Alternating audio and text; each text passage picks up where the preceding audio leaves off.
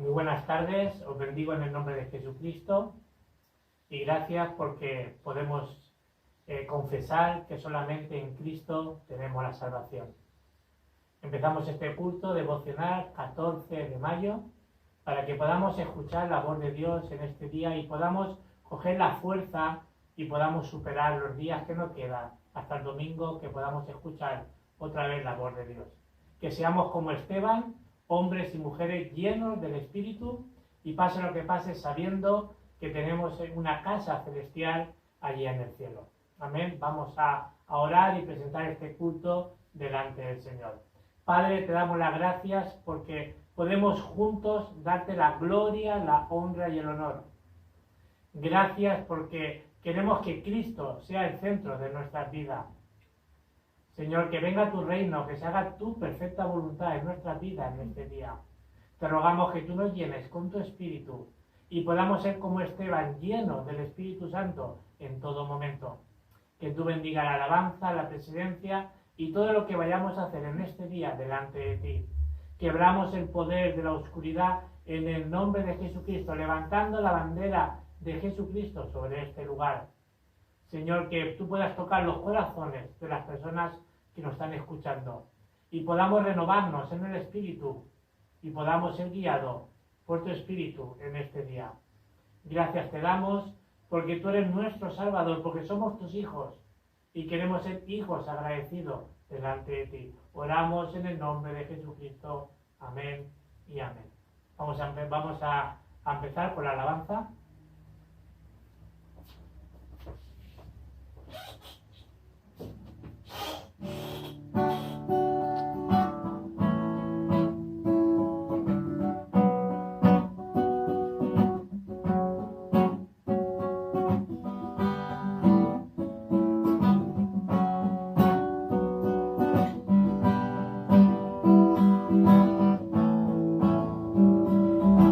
Nada que ofrecer.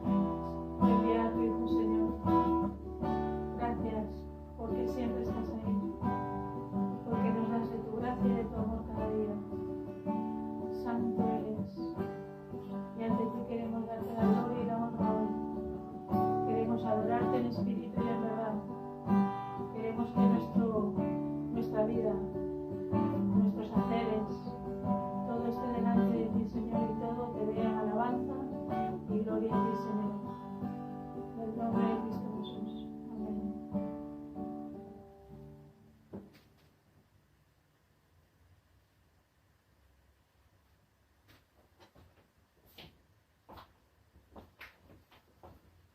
¿Saben ustedes lo único que no vamos a poder hacer cuando estemos en el cielo? Predicar el Evangelio. Por eso bendigo en el nombre de Jesucristo, para que podamos predicar el Evangelio y no nos pase como le pasó a la iglesia primitiva, que por mediante de Esteban, por mediante de un mártir, por no estar predicando el Evangelio, tuvo que haber una persecución y poder el Evangelio extenderse hasta el fin del mundo. Amén. Muy bien, el título del mensaje de hoy es La muerte de Esteban. Y vamos a leer un versículo en Hechos 11:19. Hechos 11:19 dice: Después de la muerte de Esteban, los seguidores de Jesús fueron perseguidos y maltratados. Por eso muchos de ellos huyeron a la región de Finicia, a la isla de Chipre y hasta el puerto de Antioquía. Y en todos esos lugares ellos anunciaban la buena nueva de Jesús solamente a la gente judía. Os bendigo en el nombre de Jesucristo para que no hagamos como los judíos, que solamente aquí nos dice que predicaba a los judíos, sino el Evangelio tiene que llegar hasta el último rincón de este mundo. Amén. En el Salmo 90:10 dice: 70 años son los que vivimos, más 80 años son los que viven los más fuertes. Sino en el Salmo nos deja claro de que el hombre tiene a su disposición 70 años los débiles y 80 años los fuertes. Es importante que calculemos los días que me quedan de vida. Es importante que planifiquemos nuestra vida, porque si vivimos entre 70 o 80 años, ¿qué me queda por vivir en el día de hoy? Pueden pensar que hay gente que vive 100 años, 103, 110 años. Bien, amén. Pero la Biblia dice que tenemos entre 70 y 80 años de vida. Y tenemos que coger ese tiempo que Dios nos da y aprovecharlo bien. Uno piensa que le queda mucho tiempo, pero ¿realmente nos queda mucho tiempo? ¿Qué me queda de vida? Tenemos que pensar qué nos queda de vida. Yo, por ejemplo, tengo 49 años, casi 50, y como dice la Biblia, me quedan entre 20 o 30 años. Si paso de los 80 años, pues un más regalo que Dios me da. Pero nos dice la Biblia claramente de que 70 a 80 años. Ahora, ¿cuánto tiempo yo duermo al día? Lo normal son 7-8 horas. Hay gente que duerme 12, gente que duerme 10, hay gente que duerme mucho, pues está bien. Pero tenemos que ver si nosotros dormimos entre una media de 8 horas, 7-8 horas, es un tercio del día. Si duermo 8 horas durante 80 años, ¿cuánto tiempo he dormido? Más o menos son 20 años durmiendo. 20 años durmiendo. Ahora debemos de calcular el tiempo y calcular dónde gastamos el tiempo. Muchas veces nos gastamos el tiempo en cosas innecesarias. Muchas veces vemos que pensamos que nos queda mucho tiempo, pero el tiempo pasa volado. ¿No es así? Por eso en 80 años, 20 años estamos durmiendo. Y la pregunta que yo me hago, ¿y viendo la tele? Más o menos se ve la tele 3 horas al día, que son más. Y el WhatsApp y el Internet, o jugando, etcétera, etcétera.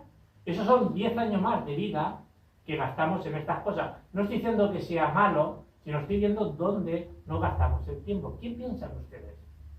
Porque si lo miramos, son 10 años más de vida. La verdad que tenemos 24 horas al día y gastamos esas 24 horas viendo o haciendo otras cosas más que el Evangelio. El mismo Cristo le dijo a sus discípulos antes de morir: ¿hasta ni una hora habéis velado? Ahora, si nosotros gastamos todo ese tiempo en estas cosas, que no digo que esté mal, piensen ustedes cuánto nos queda. os bendigo en el nombre de Jesucristo para que podamos resolver esto. ¿Por qué?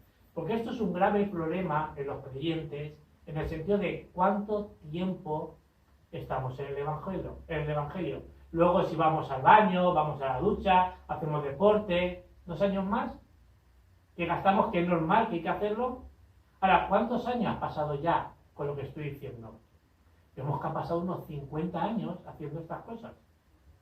Y los estudios, cuando cogemos el coche, vamos en el autobús, el tren, ya llevamos unos 60 años en estas cosas. Si calculamos de esta manera, nos queda poco tiempo que invertimos al Evangelio. Os bendigo en el nombre de Jesucristo para que invertamos bien nuestro tiempo.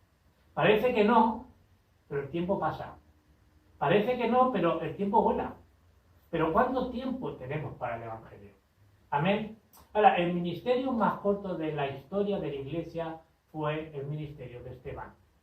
Esteban empezó el ministerio haciendo el evangelismo y terminó muy pronto. Ahora, ¿por qué Dios permitió que apedrearan y lapidaran a Esteban? Porque Dios permite eso en sus hijos. Nosotros tenemos que ver que hay un objetivo, hay un plan de Dios, porque después de la muerte de Esteban se levantaron grandes obras que vemos en la palabra de Dios. En Hechos 9, de 1 al 15, vemos la vida de Pablo. En el versículo 4 dice que Saulo cayó en tierra y oyó una voz diciendo, ¿por qué me persigue? En el versículo 6, Pablo, temeroso y hablando, dijo, Señor, ¿qué quieres que yo haga? Vemos que Saulo se arrodilló delante del Rey de Reyes y del Rey del Universo, el mismo Cristo. A mí me sigue impresionando cómo el mismo Cristo tuvo que evangelizar al mismo Pablo. Es que no había nadie aquí en este mundo que le diéramos el Evangelio. Tuvo que bajar él y evangelizar a Pablo. Ahora, por la muerte de Esteban, los discípulos fueron esparcidos y se levantó la iglesia de Antioquía. Es una iglesia ejemplar. Os animo a que leáis Hechos 11, 19 hacia adelante y veréis la iglesia de Antioquía, que fue una iglesia que Dios usó grandemente. En esta iglesia fue comisionado el apóstol Pablo y fue una iglesia ejemplar. Os bendigo en el nombre de Jesucristo para que seamos una iglesia así, como la iglesia de Antioquía. El primer punto que vemos hoy es que debemos de ver lo general, sino debemos de abrir los ojos espirituales, que Dios nos abra los ojos espirituales, porque el plan de Dios es hacer la evangelización del mundo. Por eso nos dice Mateo 28, 16 al 20, y hacer discípulos a todas las naciones. He aquí yo estoy con vosotros todos los días hasta el fin del mundo. Pero nos dice que vayamos, como dice en griego, yendo con todo el poder del cielo y de la tierra que el mismo Señor Jesucristo nos dio cuando resucitó. Por eso tenemos que ver 5 cosas muy importantes en esta gran comisión, que no está hablando al evangelista, está hablando al pueblo. Si usted es el pueblo, yo soy pueblo, somos iglesia, esta comisión es para nosotros. Y nos dijo 5 cosas muy importantes. Primero, dice Mateo 28, de 16 al 20, id. Se habla de yendo. Lo segundo, ¿qué es? Predicar el evangelio. Lo tercero es hacer discípulos. La cuarta cosa es bautizar. Y la quinta cosa que nos dice es enseñar. Amén. Debemos de recibir muy bien la guía del Espíritu Santo en estos tiempos. En Hechos 13, del 1 al 12, vemos que un grupo, el grupo de Pablo, de un grupo de evangelismo, se va a Chipre. Y vemos que yendo por Chipre, vemos que se encontró con un brujo que le molestaba cuando estaba evangelizando. Se llamaba Bar Jesús. Era un brujo, dice que era judío, y dice que era un falso profeta. Hoy en día tenemos que ir al loro con esos falsos profetas que hay hoy en día. Pablo le predicó el evangelio y con el poder de Dios, vemos, dice que lo dejó incluso ciego. Pero, ¿qué está diciendo aquí? Que cuando vamos a predicar el evangelio, tenemos que ver que hay un mundo de oscuridad. Y Satanás también tiene a sus siervos. Pero una cosa muy importante que nos habla en Hechos 16, de 6 al 10, cuando Pablo coge también el equipo y se va, ¿no?, hacia Asia, quería predicar el Evangelio, porque nos dice que prediquemos el Evangelio a todas las criaturas, que vayamos a todas las naciones, pero en Hechos 16, de 6 al 10, en el versículo 6 dice que el Espíritu Santo le prohibió hablar el Evangelio en Asia. Y uno puede pensar, ¿cómo que nos prohíbe? Porque no era el tiempo para Asia, la puerta no estaba abierta para que Asia recibiera el Evangelio en esos momentos. Vemos en el versículo 7 que intenta ir a Bitinia, pero el Espíritu Santo también no se lo permitió. Pero vemos este grupo con Pablo en el versículo 10, que estuvieron orando, ayunando, y tuvo una visión. Y un varón macedonio le dijo, entra, ven, pasa a Macedonia. Porque Macedonia era la puerta para Europa. ¿Qué vemos aquí? Que recibieron bien la guía del Espíritu Santo. Era la puerta para que Europa conociera el Evangelio, y así empezó el Evangelio en Europa. Si vemos en Hechos 16, por predicar el Evangelio, se levantó Lidia, se levantó una iglesia regional, una casa de misión. Vemos que realmente lo metieron en la cárcel, a Pablo y a Sila, por predicar el Evangelio. Pero así fue el comienzo de la evangelización de Filipo, de Tesalónica y de Roma. Amén. Ahora, si somos discípulos, Dios nos dará discípulos. Tenemos que tener una mentalidad de discípulos. Si no, no vamos a levantar discípulos. ¿Sabéis ustedes uno de los problemas que hay en las iglesias? Que no se discipula, que no se están levantando discípulos.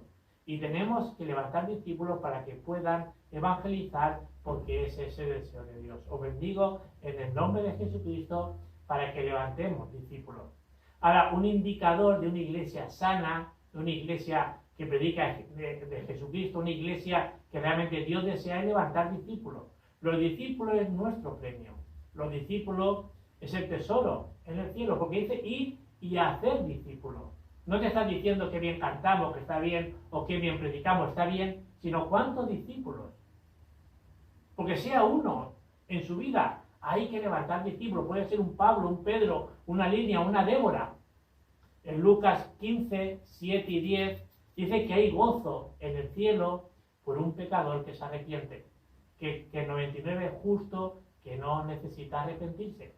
Dice que hay una fiesta. Yo alguna vez he pensado que cada uno que se convierte deberíamos de hacer una fiesta también y gozarnos con los ángeles y con el Señor por esa persona que ha venido a Cristo. Tenemos un modelo de discípulo como la vida de Esteban.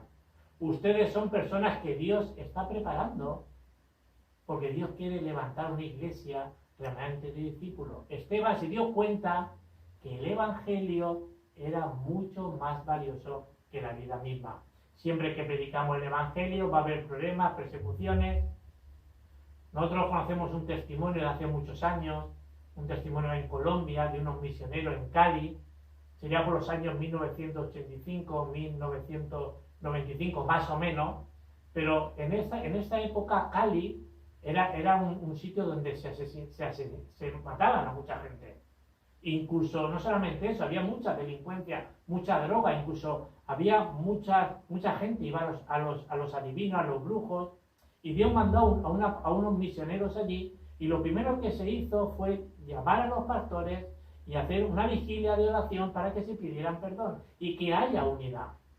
Dios empezó a restaurar a los pastores, a las iglesias, y empezaron a orar, pero de verdad. ¿Y sabéis lo que pasó? Hubo días que no hubo ningún asesinato. Eso era increíble. Empezó a caer la oscuridad. Y por estos misioneros, Dios le habló y le dijo Dios a estos misioneros que tenían que dar su vida. Y así fue. Vinieron 2 personas, mataron a este misionero, pero por la sangre de este mártir, vemos que cambió todo Cali y cambió incluso también Colombia. Os bendigo en el nombre de Jesucristo, porque la sangre de un mártir no es cualquier cosa. Lo segundo es Cristo es la solución a todos los problemas. ¿Os acordáis en Mateo 16, del 13 al 20, cuando el mismo Cristo le pregunta a los discípulos, ¿qué dice la gente que soy yo? Uno dice Juan el Bautista, Elías, Jeremías o alguno de los profetas. ninguno aceptó. Pero después el Señor le preguntó a los mismos discípulos, ¿y quién decís vosotros que soy yo? ¿Qué dice la iglesia que es Él? Y vemos que Pedro dijo, tú eres el Cristo, el Hijo de Dios viviente. Esa fue la respuesta correcta. Pero en el versículo 17 de Mateo 16, las personas bendecidas nos dice, bienaventurado eres. Pedro, bendito eres por decir esta confesión de que tú eres el Cristo, el Hijo de Dios viviente. Hemos dicho en Mateo 28, 20, dice, yo estaré con vosotros todos los días hasta el fin del mundo, con todo el poder del cielo y de la tierra. ¿Por qué Dios está con nosotros? Está también para hacer discípulos. Como Esteban debemos de arriesgar nuestra vida para hacer discípulos. En Hechos 6, de 1 al 7, tenemos que levantar esos tipos, esas clases de discípulos en la iglesia, como esos 7 diáconos, llenos del Espíritu Santo, llenos de sabiduría, llenos de fe y dando un buen testimonio. Debemos de vivir una vida de oración como Esteban. Esteban, lleno del Espíritu Santo, era un hombre de oración.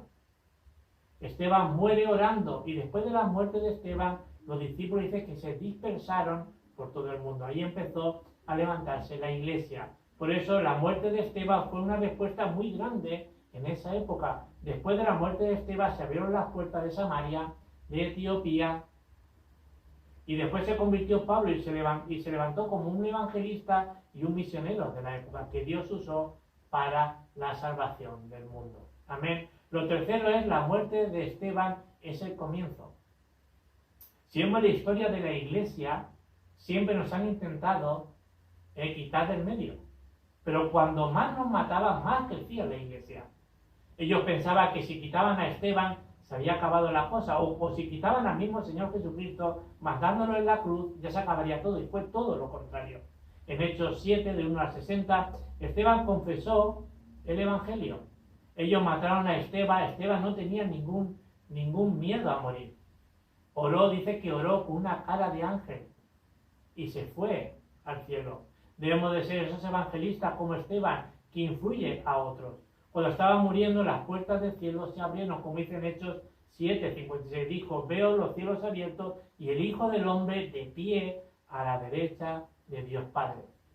Si no, él experimentó la gloria de Dios. Dice que vio los cielos abiertos. Cristo dice que se puso de pie apoyando a Esteban.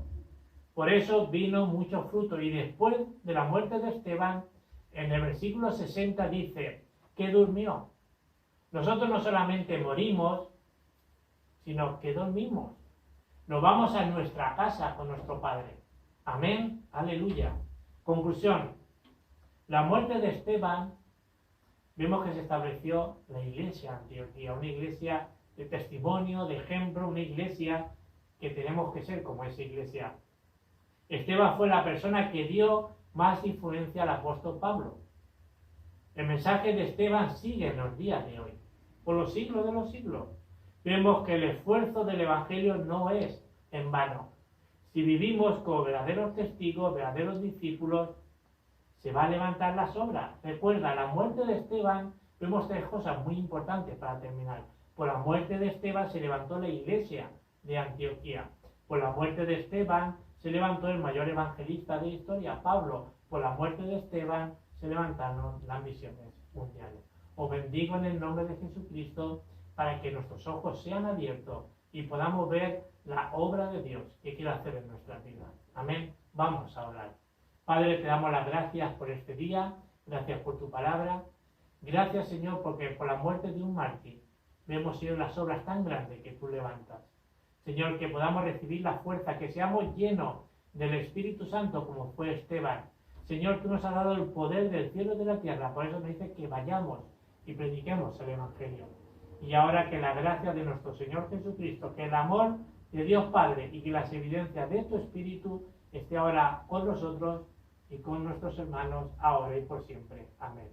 Que el Señor os siga bendiciendo en este día. Amén.